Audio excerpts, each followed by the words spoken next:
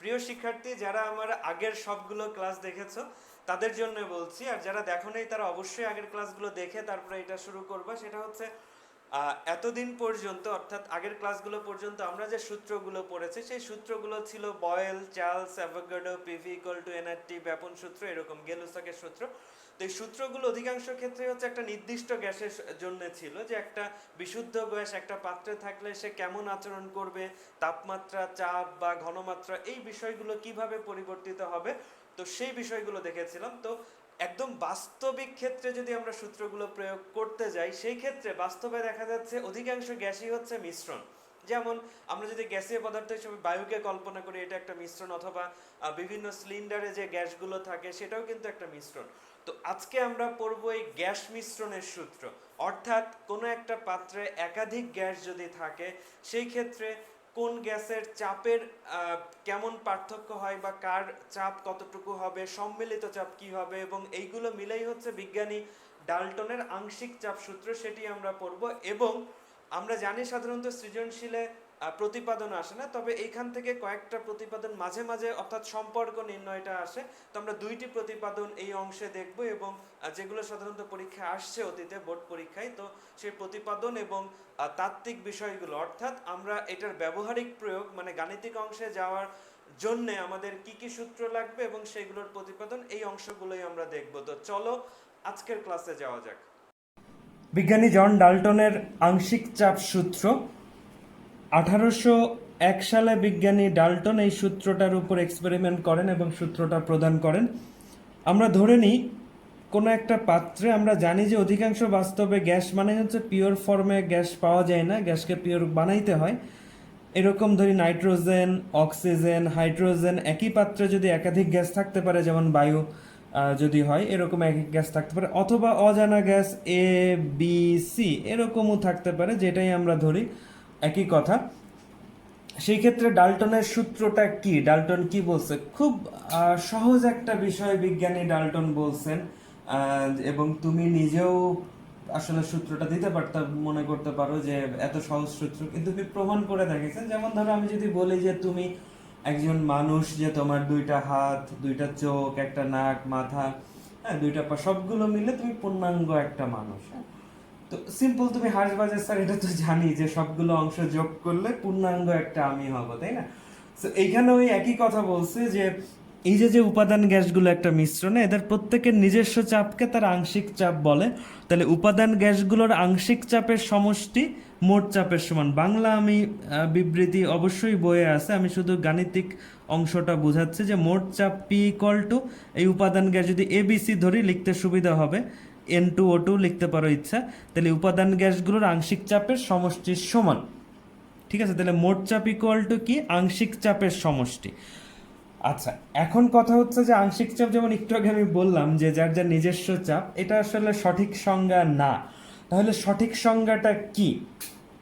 আচ্ছা, তাহলে সেই ক্ষেত্রে আংশিক চাপ সম্পর্কিত বিষয়টা তোমাদেরকে একটু আমি সূত্র পড়াইছিলাম, সেটা হচ্ছে ফার্স্ট পেপারের 4th চ্যাপ্টারে কেপি কেসির ওইখানে একটু মনে করো যে কেপি নির্ণয়ের ক্ষেত্রে আংশিক চাপ লাগতো, তাই না, যে উৎপাদের আংশিক চাপ বাই বিক্রিয়কের। এখন আংশিক চাপের যদি সংজ্ঞা দিতে যাই, সেটা আমরা একটু পরে যাচ্ছি। আংশিক চাপ ইকুয়াল টু হচ্ছে মোল ভগ্নাংশ একটু মোট চাপ, এইটা আমরা কিন্তু দেখছিলাম, মনে আছে কিনা তোমাদের? দেখছিলাম বলতে এটার প্রয়োগ করছিলাম কেপির সূত্রে, মোল ভগ্নাংশ ইন্টু মোট চাপ। সেই ক্ষেত্রে যে কোনো এ গ্যাসের আংশিক চাপ P A equal to X A, এটা হচ্ছে মোল ভগ্নাংশ ইন্টু পি, এটা হচ্ছে একটা গাণিতিক সম্পর্ক। এখন আসলে এখানে দুইটা বিষয় আসলো, একটা হচ্ছে যে মোল ভগ্নাংশ এবং আরেকটা হচ্ছে আংশিক চাপ, এই দুইটার সংজ্ঞায়ন দিব। তো মূল ভগ্নাংশটা আগে দেই, এটাকে এক্স এ দিয়ে প্রকাশ করা, এটা সহজ। মূল ভগ্নাংশ আমরা কেপি সূত্র যদি তুমি ওটা পারো তাহলে এখানেও পারবা, সেটা হচ্ছে যে কোনো উপাদানের মোল সংখ্যা, যদি এ গ্যাসের মোল ভগ্নাংশ বের করি তাহলে এ গ্যাসের মোল সংখ্যা ডিভাইডেড বাই মোট মোল সংখ্যা, এই মিশ্রণের ক্ষেত্রে কোনো পাত্রের মিশ্রণের মোট মোল সংখ্যা n b plus n c, যেটা ইকুয়াল টু আমরা এন ধরতে পারি মোট মোল সংখ্যা, তাই না? মোট মোল সংখ্যা বুঝতেই পারতেছো, এ বি সি যদি ধরি, অথবা N2O2H2 যেটাই ধরো, কোনো সমস্যা নেই। তাহলে এটা হচ্ছে মোল ভগ্নাংশ, এটা খুবই সোজা। কিন্তু আংশিক চাপের সংজ্ঞাটা যদি দিতে যাই, তাহলে এটার সংজ্ঞাটা হচ্ছে যে একটু বোঝার বিষয় আছে, সেটা হচ্ছে যে এখানে একটা কথা বলি, যে তুমি জাস্ট ইমাজিন করো যে তোমার ক্যারেক্টার বা তুমি, এই যে আমরা টিচাররা যখন তোমাদের সামনে থাকি, তো সেই ক্ষেত্রে তোমরা খুব ভদ্র আচরণ করো যে স্যার এটা একদম, মনে করো যে রেসপেক্টে গলে পড়ো, আসলেই তুমি আমাকে রেসপেক্ট করো কিনা এটা আসলে বোঝা যায় যখন তোমরা স্বাধীনতা পাও। যেমন অনলাইন ক্লাসের শুরুতেই বা গ্রুপে বিভিন্ন জন তোমরা বিভিন্ন ধরনের বিরূপ মন্তব্য করছো, তার মানে যে তুমি বুঝতে পারতেছো অনলাইনে এখানে স্যার সামনে নাই, কোনো ভয় নাই। হ্যাঁ, আসলে অরিজিনালি যারা মন্তব্য করছে তাদের বৈশিষ্ট্য আসলে ওই রকমই, তারা আসলে ওইটাই আসলে রেসপেক্ট বা ওই জায়গাটা তোমাদের প্রতিষ্ঠানের প্রতিও নাই, টিচারদের প্রতিও নাই। কেন বলছি এটা, কারণ হচ্ছে তুমি আরেকটা বিষয় ইমাজিন করো, যে মানুষ স্বাধীন হলে আসলে কি করতে পারে। যেমন ধরো যে একদিন বাসায়, তোমার বাসায় ল্যাপটপ, কম্পিউটার বা যাই বলে ইন্টারনেট সব আছে, বাসায় হয়তো একদিন বা 2 দিনের জন্য তার বাবা মা বা আদার্স মেম্বাররা সব বাইরে বেড়াইতে গেছে, তোমার জন্য রান্না টান্না করে রেখে গেছে, তুমি একা বাসা পাহারা দিবে, অর্থাৎ তুমি স্বাধীন। তোমার হয়তো কয়েকদিন পরে পরীক্ষা, এখন তুমি জাস্ট ইমাজিন করো এই স্বাধীনতা পাইলে তুমি কি করবা, কতক্ষণ ল্যাপটপ কম্পিউটার চালাবা, কতক্ষণ গেমস খেলবা বা ভালো খারাপ ভিডিও দেখবা, অথবা ফ্রেন্ডদের নিয়ে আড্ডা দিতে আসবা। তো এইটা তুমি জাস্ট ইমাজিন করো যে স্বাধীনতা পাইলে কি করবো, ওইটাই হচ্ছে তোমার অরিজিনাল বৈশিষ্ট্য। আর বাবা মার সামনে বাবা মার ভয়ে হয়তো পড়ালেখা করো, স্যারের ভয়ে বা ফেল হয়ে যাবে, বা স্যাররা হয়তো তোমার উপর রুষ্ট হইলে তুমি চিন্তা করতে পারো স্যার যদি আমাকে ফেভার না করে বা কম মার্কস দেয়, ওই ভয়ে তুমি স্যারদের রেসপেক্ট করো। অরিজিনালি মন থেকে কয়জন করো সেটা তোমরাই ভালো জানো, বাট অধিকাংশই আছে যে তারা ভয়ের কারণে প্রতিষ্ঠানে হচ্ছে যে তোমরা অনুগত থাকো, আর প্রতিষ্ঠান থেকে বের হয়ে গেলেই অনেক বিরূপ মন্তব্য শুরু হয় তোমাদের, আর ডিসিপ্লিন থেকে দূরে চলে যায়। যাই হোক, এটা হচ্ছে যে তোমাদের প্রকৃত বৈশিষ্ট্য। সেরকম কোনো গ্যাসের যদি আমি বৈশিষ্ট্য বের করতে যাই আংশিক চাপের সংজ্ঞায়ন থেকে, যদি আমি বের করতে যাই, সেক্ষেত্রে ধরো এ বি সি এই 3টা গ্যাস, প্রাথমিকভাবে সে যদি V1, এরা যদি V2 এবং V3 আয়তন দখল করে, এবং এই 3টা সম্মিলিত আয়তন ধরো V, মোট আয়তন, তাহলে সংজ্ঞাটা হচ্ছে এরকম যে স্বাভাবিক অবস্থায় একটা গ্যাসের যে অংশ দখল করে আছে তখন তার চাপ P1 হবে, এটা P2 হবে, এটা P3 হবে। এখন বলা হয়েছে যে এই এ গ্যাস বা বি গ্যাস বা সি গ্যাস যাই হোক, যদি কোনো পাত্রের একটা নির্দিষ্ট তাপমাত্রায় কোনো পাত্রের মোট আয়তন দখল করা, অর্থাৎ সে স্বাভাবিকভাবে এইটুকু আয়তন দখল করা আছে, অর্থাৎ যদি সে মোট আয়তন অর্থাৎ পুরো পাত্রে বিচরণ করার সুবিধা পায়, অর্থাৎ তোমাকে আমি বলছি যে তোমাদের ক্ষেত্রে যদি তুমি পুরো স্বাধীনতা পেয়ে যাও, ওপেন, যেখানে ইচ্ছা যাইতে পারবা, কোনো ভয় নাই। হ্যাঁ, কেউ তোমাকে মার্কস কম দিবে না, বা বাবা মা বাসা থেকে বের করে দিবে না, খাবার দিবে না, এরকম হুমকি দিবে না, ঠিক আছে? সেই ক্ষেত্রে তুমি কি আচরণ করবা, সেটা হচ্ছে তোমার original character.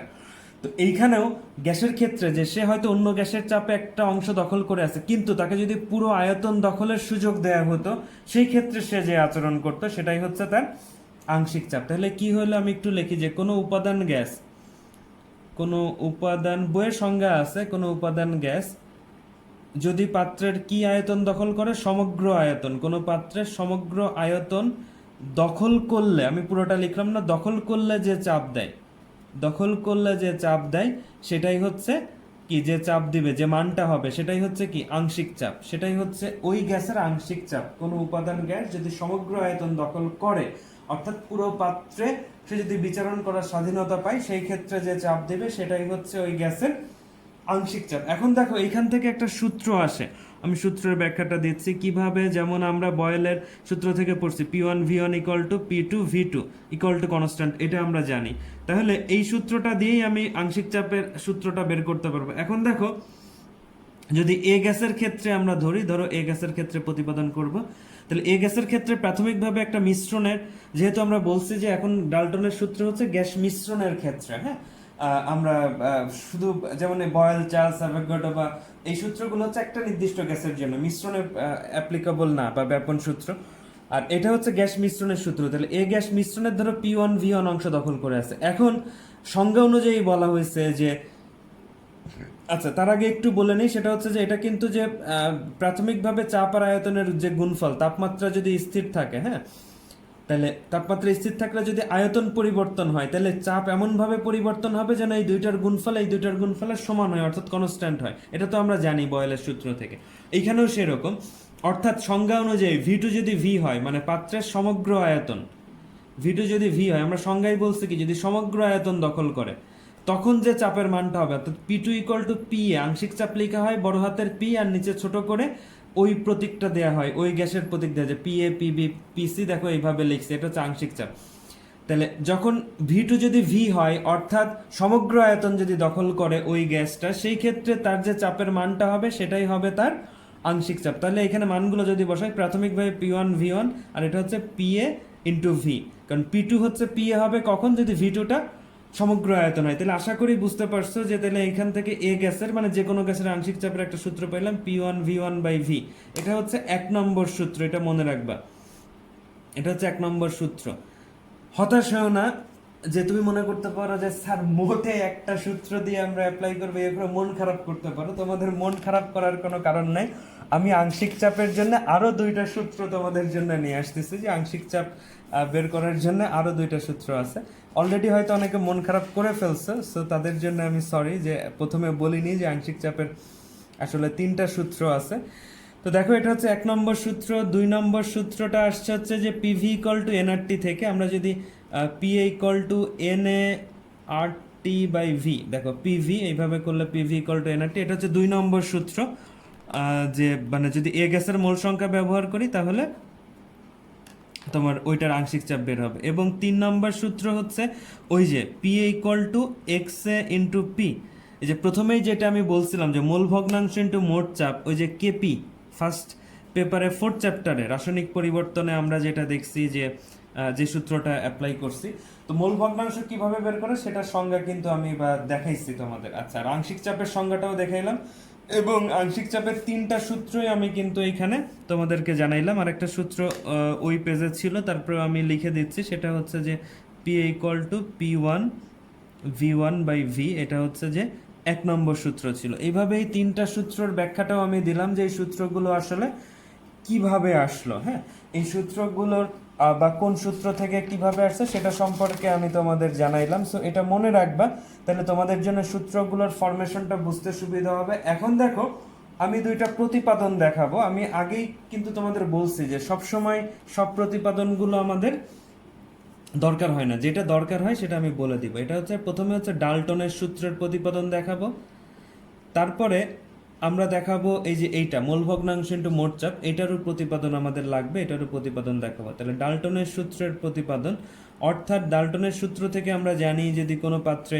A B C 3টা গ্যাস থাকে, সেখানে বলছি যে কোনো মোট চাপ, পিটা হচ্ছে মোট চাপ, এদের আংশিক চাপ P A plus P B plus P C এদের সমষ্টির সমান হবে। এখন এই প্রমাণগুলো আমরা করব হচ্ছে যে আদর্শ গ্যাস সমীকরণ ব্যবহার করে প্রতিপাদন করব। দেখো, এ গ্যাসের জন্য তুমি তো বাংলা অবশ্যই লিখবা যে এ গ্যাসের জন্য আদর্শ গ্যাসের সমীকরণ থেকে আমরা পাই। আমি শুধু সংক্ষেপে দেখাই যাচ্ছি, n A R T by v, এটাই যে এইখানে দেখাইছি যে এটা আমরা অ্যাপ্লাই করতে পারবো আংশিক চাপের ক্ষেত্রে, N A R T by V. অনুরূপভাবে বি গ্যাসের জন্য তোমার কি হবে, যে P B equal to N B R T by V. অনুরূপভাবে সি গ্যাসের জন্য আমরা যদি আংশিক চাপ বের করি, P C equal to N C R T by V. এই হচ্ছে যে তোমার 1 2 3 আমরা 3টা ইকুয়েশন পাইলাম। এবং এখন আমরা যদি ধরি যে গ্যাস মিশ্রণের জন্য মানে পিভি ইকুয়াল টু এনআরটি সূত্রটা মিশ্রণের জন্য প্রয়োগ করা যায়।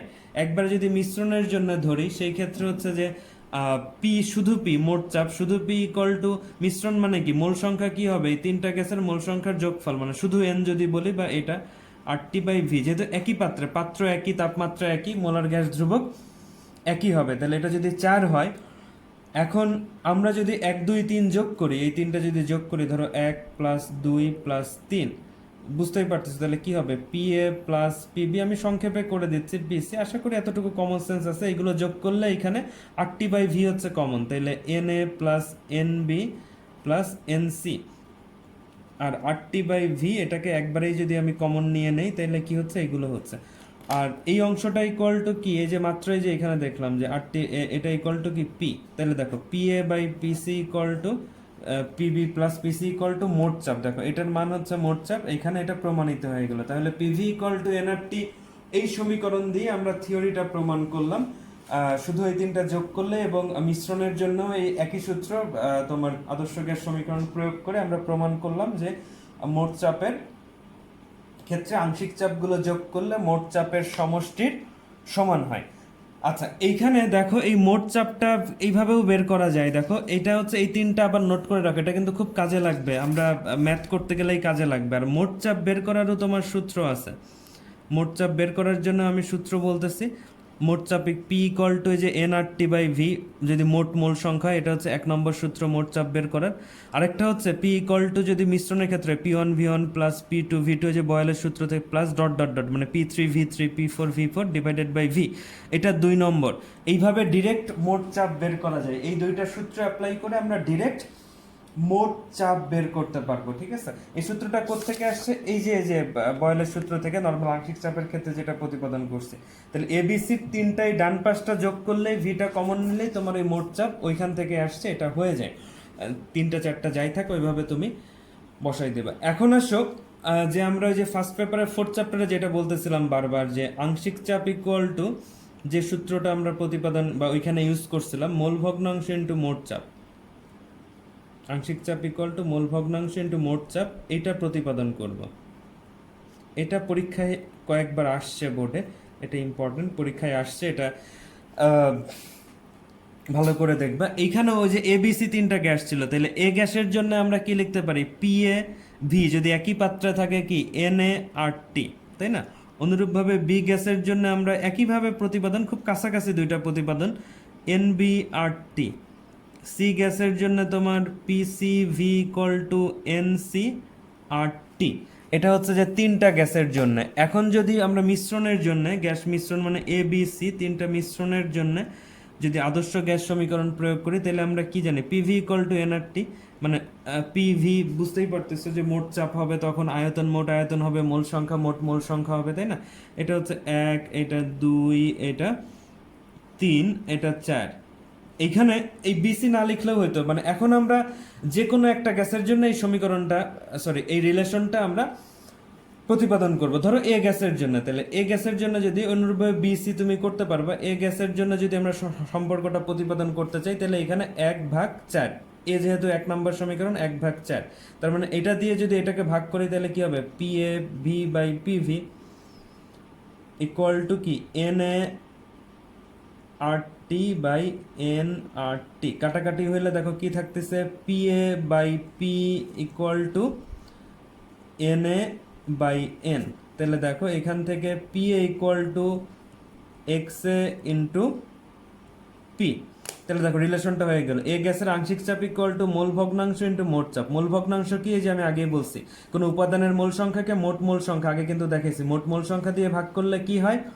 মোল ভগ্নাংশ হয়। কি হয়? মোল ভগ্নাংশ হয়। আর এই মোট চাপটা এই পাশে গুণ হয়ে গেল। তাহলে এই অনুরূপভাবে তুমি বি গ্যাসের ক্ষেত্রে বা সি যে কোনো একটা দেখাইলেই হবে যদি এই প্রতিপাদন আসে। অনুরূপভাবে তুমি বি গ্যাসের ক্ষেত্রে এবং সি গ্যাসের ক্ষেত্রে একইভাবে এই প্রতিপাদনটা তুমি দেখাইতে পারবা। এখন আরেকটা গুরুত্বপূর্ণ বিষয় বলি, সংজ্ঞায়নের ক্ষেত্রে একটা বিষয় খুব গুরুত্বপূর্ণ, আমি তখন বলিনি শুরুতে। সেটা হলো যে নির্দিষ্ট তাপমাত্রায় বলছিলাম যে এদের আংশিক চাপের সমষ্টি মোট চাপের সমান, ঠিক আছে, কিন্তু এটা খুব গুরুত্বপূর্ণ এই কথাটা, সেটা হচ্ছে এরা বিক্রিয়াহীন হইতে হবে, পরস্পর পরস্পর বিক্রিয়াহীন। মানে এই সমস্ত গ্যাস মিশ্রণ মানে হচ্ছে যে এরা কখনো বিক্রিয়া করবে না। যদি বিক্রিয়া করে ফেলে তাহলে কিন্তু এখানে ডাল্টনের নতুন প্রোডাক্ট হয়ে যাবে, তখন কিন্তু এই ডাল্টনের আংশিক চাপ সূত্র প্রয়োগ হবে না। এখন কেন বলছি এই কথা? তুমি যদি বিক্রিয়াহীন কথাটা না লিখো সংজ্ঞায়, যেহেতু আমি বলিনি এই জন্য আবার কিন্তু লাস্টে এসে আবার বলে দিলাম যে এতই গুরুত্বপূর্ণ, যদি না লিখো সেই ক্ষেত্রে কিন্তু অবশ্যই কাটা যাবে। কারণ যদি বলে যে বিক্রিয়া যদি এরা করতে পারে, বিক্রিয়া করলে তখন এটা প্রয়োগ করা যাবে কিনা, তখন প্রয়োগ করা যাবে না। তাহলে বইয়ে আছে, তারপরে আমি যেহেতু বলিনি এই জন্য বললাম যে পরস্পর বিক্রিয়াহীন গ্যাস মিশ্রণের ক্ষেত্রে আমার আংশিক চাপগুলোর সমষ্টি মোট চাপের সমান হবে, ঠিক আছে। সো এই হচ্ছে মোটামুটি থিওরি যে ডাল্টনের আংশিক চাপ সূত্রে। তাহলে আমরা আংশিক চাপের 3টা সূত্র শিখলাম এবং মোট চাপের 2টা সূত্র শিখলাম। এই সূত্রগুলোর প্রয়োগ করার সময় আসছে এখন।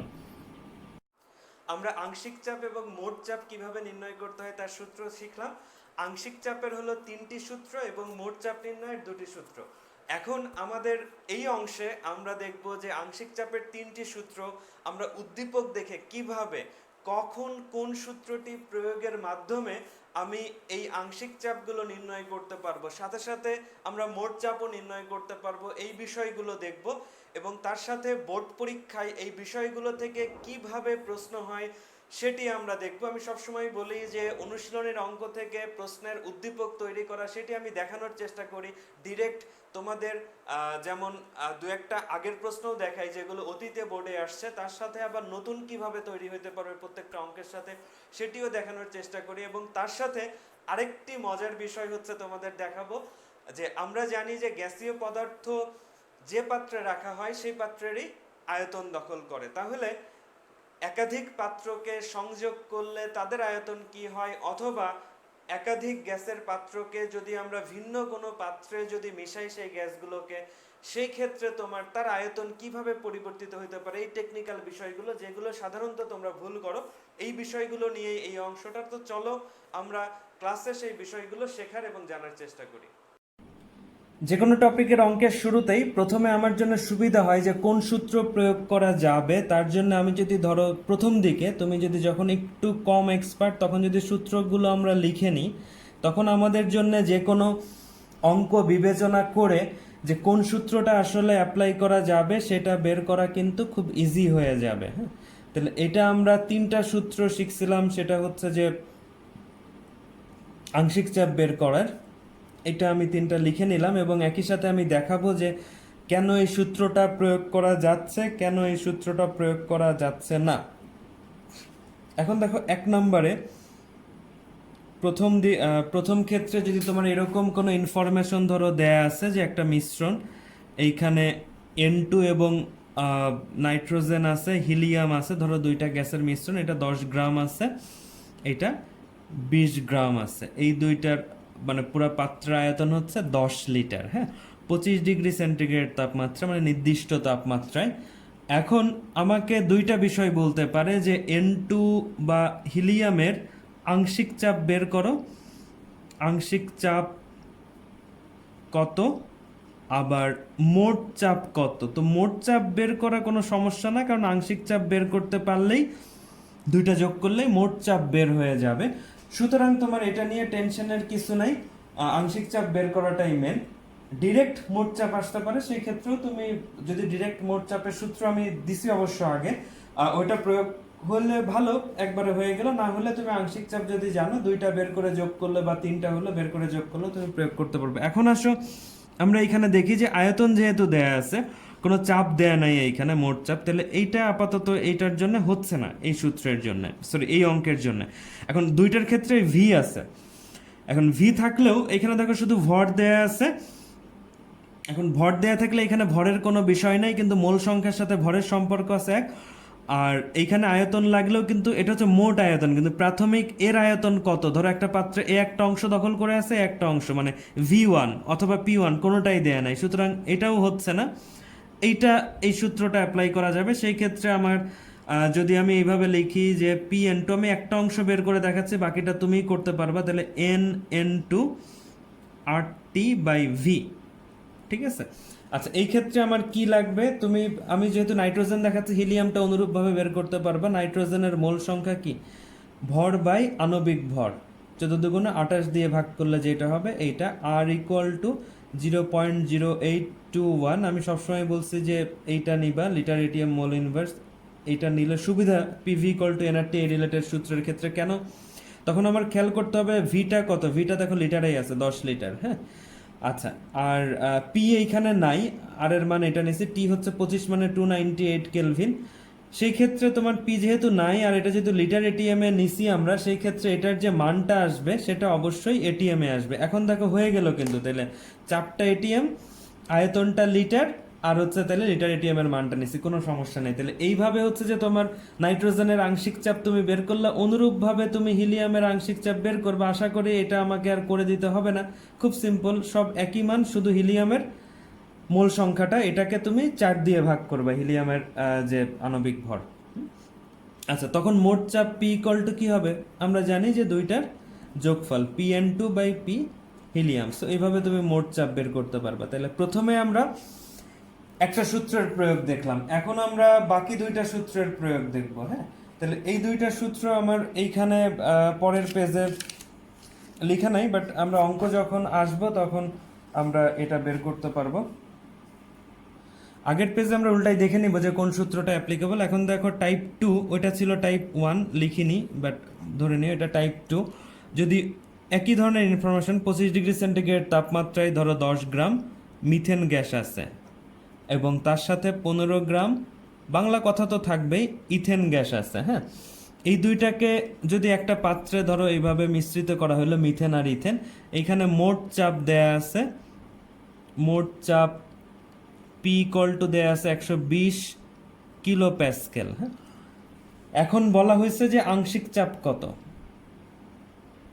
আংশিক চাপ কত, আংশিক চাপটা আমরা দুইটাই বের করবো অথবা মোট চাপ আসতে পারে, তাইলে আমাকে বের করতে হবে PCH4, আংশিক চাপটা বের করতে হবে। এখন দেখো মোট চাপ যেহেতু দেয়া আছে, এখন এই সূত্রে মোট চাপের সূত্র একটাই আছে, দেখো এই দুইটাতে কিন্তু আয়তন, কিন্তু মোট চাপে মোল ভগ্নাংশ ইন্টু মোট চাপ, এই সূত্রটা বোঝাই যাচ্ছে, এখন এইটা অ্যাপ্লাই হবে। হ্যাঁ, তাহলে এখন সমস্যা হচ্ছে যে ইন্টু 120, এটাতে কোনো সমস্যা না, সমস্যা হচ্ছে মোল ভগ্নাংশ। মোল ভগ্নাংশ হচ্ছে যে তাহলে আমরা এক্স, এখানে XCH4 এটা আমরা বের করব, তাহলে XCH4 যদি বের করি কোনো উপাদানের মোল সংখ্যা, তার মানে মিথেনের মোল সংখ্যা 10/16, এটা হচ্ছে মিথেনের মোল সংখ্যা, ডিভাইডেড বাই মোট মোল সংখ্যা, তাহলে মিথেনের হচ্ছে এখানে আছে মিথেন আর ইথেন 10/16 আর 15 এটা হচ্ছে 12 দুগুণ 24 আর 6 30, তাহলে 15/30, এটা হচ্ছে মোট মোল সংখ্যা। আশা করি বুঝতে পারছো, এইখানে যে রেজাল্টটা আসবে সেটাই হচ্ছে এইখানে হবে।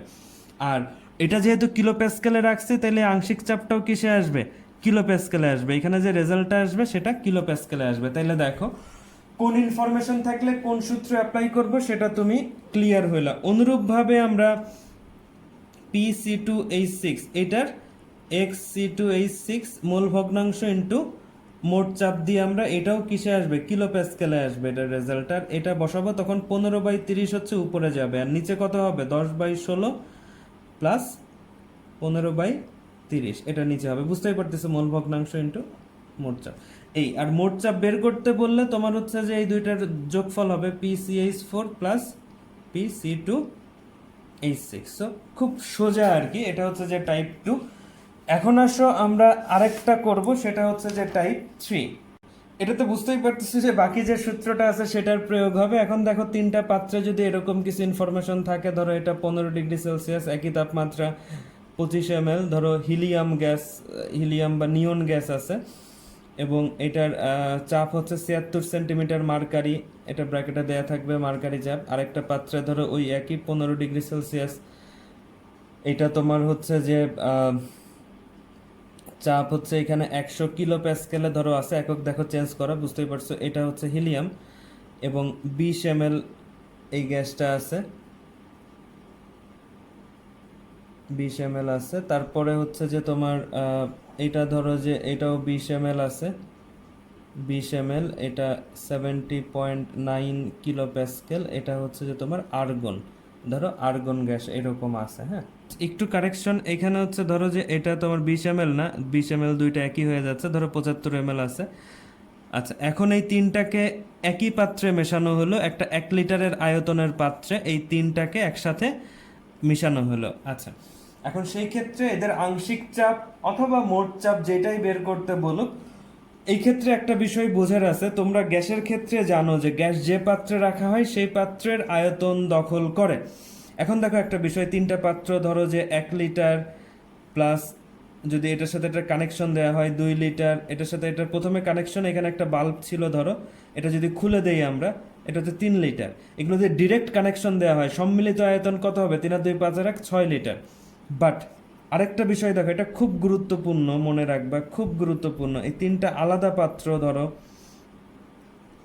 1 লিটার, 2 লিটার, 3 লিটার, এই তিনটা পাত্রকে ডিরেক্ট কানেকশন না দিয়ে আমরা এটাকে ধরো নতুন একটা পাত্রে, নতুন একটা পাত্রে আমরা কানেকশন দিলাম, নতুন একটা পাত্রে যেটার আয়তন ধরো, এটাকে তিনটা পাত্রকেই, গ্যাসকেই একটা নতুন পাত্র, এটার আয়তন ধরো যে তোমার 4 লিটার, তাইলে তোমার সম্মিলিত আয়তন, মোট আয়তন কত হবে? এখানে খুব গুরুত্বপূর্ণ একটা বিষয়, সেটা হচ্ছে এখানে মোট আয়তন হয়েছে এটা যোগফল, ফাইন, কারণ এটা হচ্ছে ডিরেক্ট যুক্ত করা হয়েছে। বাট এটাকে যদি এই 1 litre gas, 2 litre gas, 3 litre গ্যাসকে যদি আমরা অন্য একটা পাত্রে যোগ করি যেটার আয়তন 4 লিটার, তখন মোট আয়তন অবশ্যই 4 লিটার হবে। তুমি মনে করছো 6 থেকে 4 কিভাবে হবে? কারণ গ্যাসকে গ্যাসীয় পদার্থকে যথেষ্ট পরিমাণে সংকোচন করা যায়। তুমি 10 লিটার বা 20 লিটারকে তুমি এখানে 1 লিটার আয়তনের পাত্র এটাকে সংকোচন করা সম্ভব।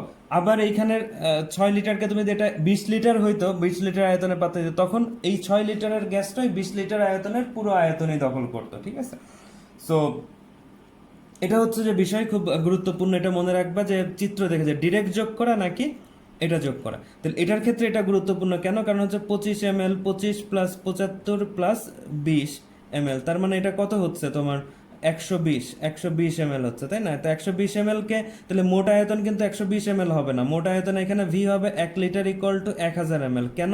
কারণ অঙ্কে এখানে বলে দিবে, যদিও বাংলা কথাগুলো আমি বলি নাই, অঙ্কে মানে ওইভাবে বলা আছে যে এই তিনটাকে আমরা 1 লিটারের আয়তনের একটা পাত্রে আমরা মিশ্রিত করলাম, তখন মোট আয়তনটা 1 লিটার হয়ে যাবে। এখন বুঝতে পারতেছো যে এটার ক্ষেত্রে কোন সূত্র অ্যাপ্লাই হবে।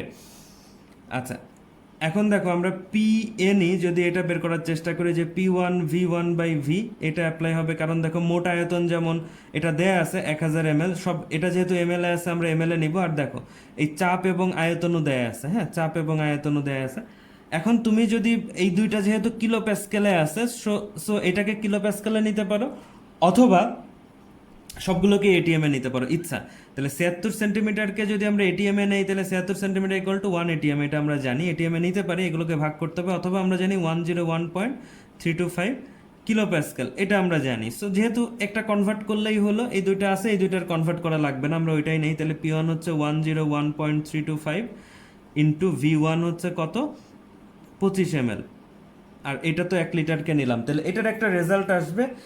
এটা আংশিক চাপটাও কিলো প্যাসকেলে আসবে, যেহেতু এটাকে আমরা কিলো প্যাসকেলে রাখছি, এটার রেজাল্ট আসবে 2.53 কিলো প্যাসকেল। অনুরূপভাবে যেহেতু এই দুইটা কিলো প্যাসকেল আছে, তুমি হিলিয়ামের আংশিক চাপ বের করবে, এটা 7.5 কিলো প্যাসকেল আসবে, এটা তুমি করলেই হবে। পি আর্গন এটা বের করলে এটা আসবে 1.42 কিলো প্যাসকেল। এই আর কি। আর মোট চাপ আমি সবগুলো যোগ করলেই আমরা মোট চাপ পেয়ে যাব, তাই না? যে পি নিয়ন, পি হিলিয়াম, পি আর্গন, এইভাবে। এটা হচ্ছে যে খুব গুরুত্বপূর্ণ একটা বিষয় যে তোমাকে এটা বের করতে হবে। এখন আমরা বোর্ড পরীক্ষার একটা কোশ্চেন দেখবো আমরা। তো দেখো বোর্ড পরীক্ষায় এরকম একটা প্রশ্ন, যদি দুইটা পাত্রে ধরো এরকম দেয়া আছে, এটা 2 লিটার আয়তনের পাত্র, 1.36 গ্রাম, 750 মিলিমিটার মার্কারি, এটা চাপ দেয়া আছে 25 ডিগ্রি সেন্টিগ্রেড তাপমাত্রা, একটার সাথে আর একটা পাত্রে এখানে একটা বাল্ব দেয়া, বাল্ব বলতে যে কানেকশন,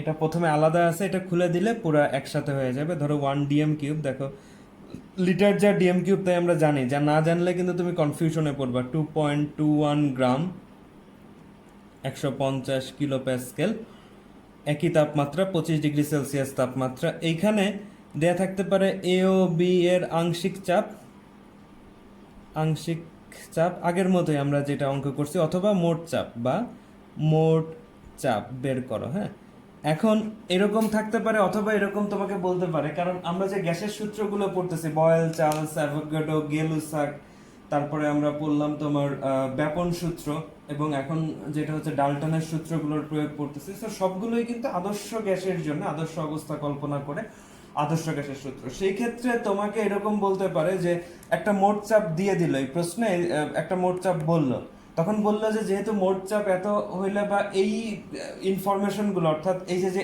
এ আর বি, এই দুইটা গ্যাস যদি এটা এ হয় এটা বি হয়, এই দুইটা গ্যাসগুলো আসলে আদর্শ না বাস্তব, বা কোন ধরনের গ্যাস, বা আদর্শ গ্যাসের সূত্রকে সমর্থন করে কিনা বা আদর্শ কিনা, তখন তুমি এই দুইটা থেকে আংশিক চাপের মাধ্যমে বা ডিরেক্ট মোট চাপের সূত্র দিয়ে তুমি কি বের করো, মোট চাপ বের করবা। এবং তোমার যদি এরকম হয় যে এই আংশিক চাপগুলো বের করবা, সেটা যোগ করবা, যোগ করে, আর এইখানে যে মোট চাপ দেয়া, ওই দুইটার যোগফল যদি এই মোট চাপের সমান হয়, তাহলে সেটা ডাল্টনের সূত্রকে সমর্থন করে।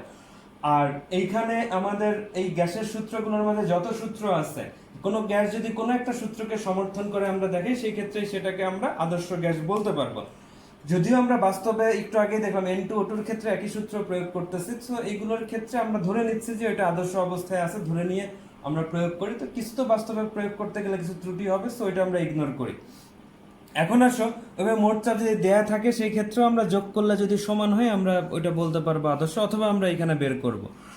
আচ্ছা, এইখানে বুঝতেই পারতেছো যে কিভাবে হবে, সেটা হচ্ছে যে আমরা কোন সূত্রটা অ্যাপ্লাই করতে পারবো। ভর দেয়া আছে, এখন ভর যদি দেয়া থাকতো তাহলে আমাদের তিনটা সূত্র ছিল, দেখো আগে আমরা করছি। ভর দেয়া থাকলে আমরা কিন্তু মোল সংখ্যা বের করতে পারি, কিন্তু আমাদের গ্যাস দুইটা আননোন, আণবিক ভর নাই, সুতরাং এই মোল সংখ্যা বের করার কোনো সুযোগ নাই। আর মোল সংখ্যা বের না করা গেলে কি মোল ভগ্নাংশ বের করা যাবে না, সুতরাং এই দুইটা সূত্র অ্যাপ্লিকেবল না, এটা অ্যাপ্লিকেবল। তার মানে বুঝতেই পারতেছো যে মোল সংখ্যা যেহেতু মানে ওইগুলো তো গ্যাস পরিচিত গ্যাস ছিল, কিন্তু এখানে এ বি বলছে, সেক্ষেত্রে আমাকে কি করতে হবে, পি এ। তাহলে ওইটা যদি আমরা প্রয়োগ করি p one v one by v, তাহলে এইখানে দেখো পি ওয়ান কি, এটা যেহেতু কিলো প্যাসকেলে, এটা মিলিমিটারে আছে, সুতরাং দুইটাকে আমরা এটিএম এ নিতে পারি অথবা কিলো প্যাসকেলে নিতে পারি, ইচ্ছা। 750কে 760 দিয়ে ভাগ করলে এটিএম হবে, তাহলে পি ওয়ান। আর ভি ওয়ান কিসে আছে, তোমার ভি ওয়ান আছে লিটারে, তাহলে 2, এটাও যেহেতু ডিএম কিউব বা লিটারে আছে, ওকে। আর মোট আয়তন কত হবে, এখানে একটু আগে আমি দেখাইছি যে ডিরেক্ট যোগ করা নাকি অন্য পাত্রে, এখানে দেখো এই বাল্বটা খুলে দিলে এটা ডিরেক্ট যোগ, এটাই উদ্দীপকে বলা থাকবে, যেহেতু নতুন কোনো পাত্র নাই, তাহলে 2 আর 1 যোগ করলে কত হচ্ছে 3, তাহলে এটার যে রেজাল্ট আসবে সেটা হচ্ছে এ গ্যাসের। অনুরূপভাবে পিবি গ্যাসের তুমি কি P2V2 বাই ভি তুমি বের করতে পারবে, তাহলে 150 কিলো প্যাসকেলকে এটিএম এ নিতে হলে ভাগ করতে হবে 101.325 ইন্টু 1 ডিভাইডেড বাই 3, 1 কেন, এই যে 1 ডিএম কিউব, আর মোট আয়তন 3, তাহলে যেটা আসবে এটা হচ্ছে যে তোমার আংশিক চাপ। তাহলে মোট চাপ তুমি বের করতে পারবা P equal two P A plus PB. আচ্ছা, এটা বের করবা। আর যদি উদ্দীপকে অনেক সময় যে বললাম যে মোট চাপ বের করতে বললে ওকে, আর যদি মোট চাপ দেয়া থাকে, দেয়া থাকলে তখন তোমার কি বলবে, মোট চাপ দেয়া থাকলে তখন তোমাকে বলবে যে হ্যাঁ এটা আদর্শ গ্যাসের সূত্রকে সমর্থন করে কিনা তুমি সেটা প্রমাণ করো। সো বুঝতেই পারতেছো, যদি সমান হয় তাহলে ডাল্টনের সূত্রকে সমর্থন করা মানে সেটা আদর্শ গ্যাস, ঠিক আছে। সো তুমি বলে দিবা যে এটা আদর্শ গ্যাস। তাহলে এই হচ্ছে মোটামুটি আমাদের, আমরা দেখলাম যে ডাল্টনের সূত্র, তার বিভিন্ন সূত্রের বিবৃতি, ব্যাখ্যা, প্রতিপাদন, এবং একই সাথে আংশিক চাপের সূত্রগুলো কিভাবে প্রয়োগ করে, এবং তার সাথে বোর্ড প্রশ্ন আমরা দেখলাম যে আংশিক চাপের সূত্র কখন কোন ইনফরমেশন থাকলে কোনটা প্রয়োগ করব। এই সেন্সটা খুবই খুবই গুরুত্বপূর্ণ, আশা করি বুঝতে পারছো। যদি বুঝতে না পারো ক্লাসটা রিপিট করবে, আর কোনো সমস্যা হলে তো বলছি যে কমেন্ট করবা। আর তোমার উপস্থিতি জানানোর জন্য তুমি অবশ্যই চ্যানেলের নিচে তোমার নাম রোল লিখে কমেন্ট করবা, এই হচ্ছে বিষয়। সো আজকে এই পর্যন্তই থাক, আমরা পরের ক্লাসও তুমি মনোযোগ দিয়ে দেখবে, এই আশাবাদ ব্যক্ত করে আজকে শেষ করছি।